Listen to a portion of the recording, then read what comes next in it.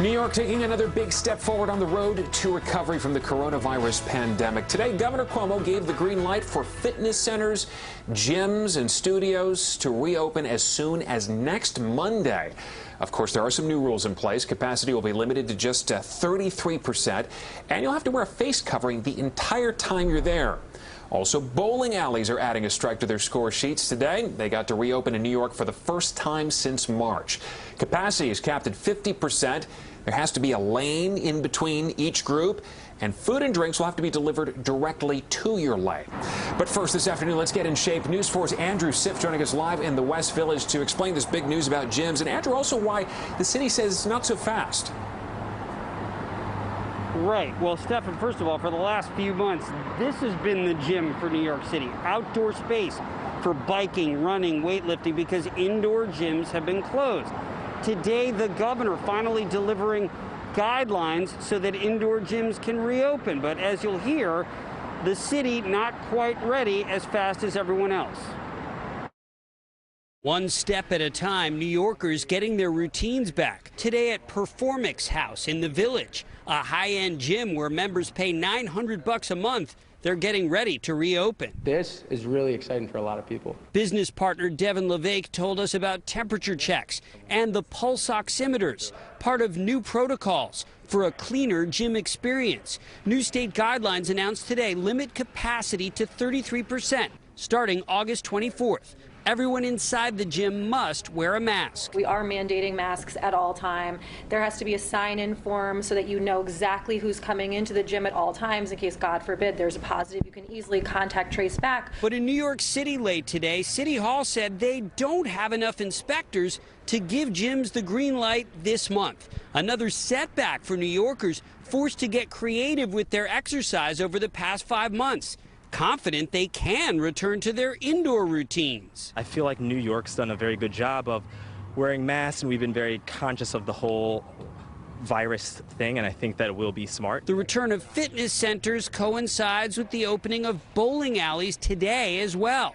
Still to come just 3 weeks from now, schools. The question then becomes how? I asked the governor his opinion of the city's plan. What's your opinion with regard to the New York City plan? Would you send your kids to a blended program in New York City schools? I would not make a decision on a school district saying a blended program.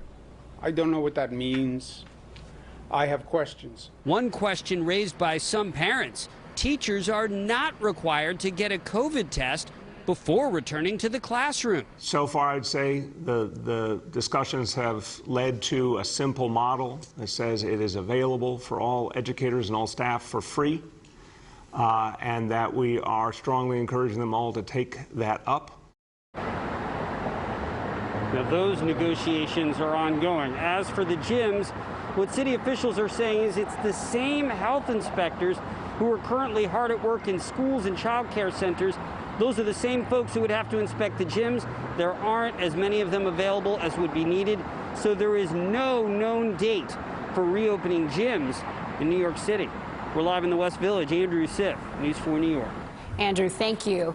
New at 4, high school fall sports in New Jersey may not be sidelined. Governor Murphy just gave the go-ahead even to schools doing all remote learning. He says that's because most fall sports are played outdoors with plenty of room for social distancing. But the governor does not have the final say. This comes as New Jersey's biggest school district announced today it's hitting pause on reopening classrooms. Instead, Newark's 40,000 students will take all classes remotely until at least November. It's an abrupt change of plans for the district. Let's go ahead and bring in News 4's Chucky Beckford to explain everything that parents need to know right now. Hey, Gelma. While it's looking more likely, as I mentioned, that teams like the Hoboken Red Wings will be able to head back out onto the field come this fall, the governor says, though, the final decision is up to the State School Sports Athletic Association to make that determination. More on that in a minute. More information, though, about Newark, the state's largest school district, which was expected initially to offer both hybrid and remote learning programs, but today made an abrupt reversal, announcing it will only offer remote learning, at least as you mentioned, again through November. The governor last week gave districts the option to choose all remote learning as long as they provided a reason. Newark has not yet specified its reason behind the decision. As for outdoor sports again across the state, here's why the governor says he's comfortable moving forward with it. I am encouraged that most of our major fall sports are played, and I know Judy joins me in this, outdoors, as we know that outdoor activities are increasingly safer than indoor ones.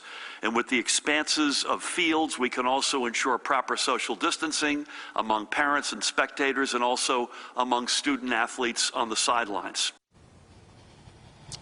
And the NJSIAA releasing a statement today saying, along with state officials' input and a roster from their list of experts, they look forward to announcing updates to their plans for school sports later this week sometime. So we'll have more information on that. The governor, though, made it clear that even if schools are only remote, that students should be allowed to play sports if it is offered. We're live in Hoboken. Checky Beckford, News 4 New York.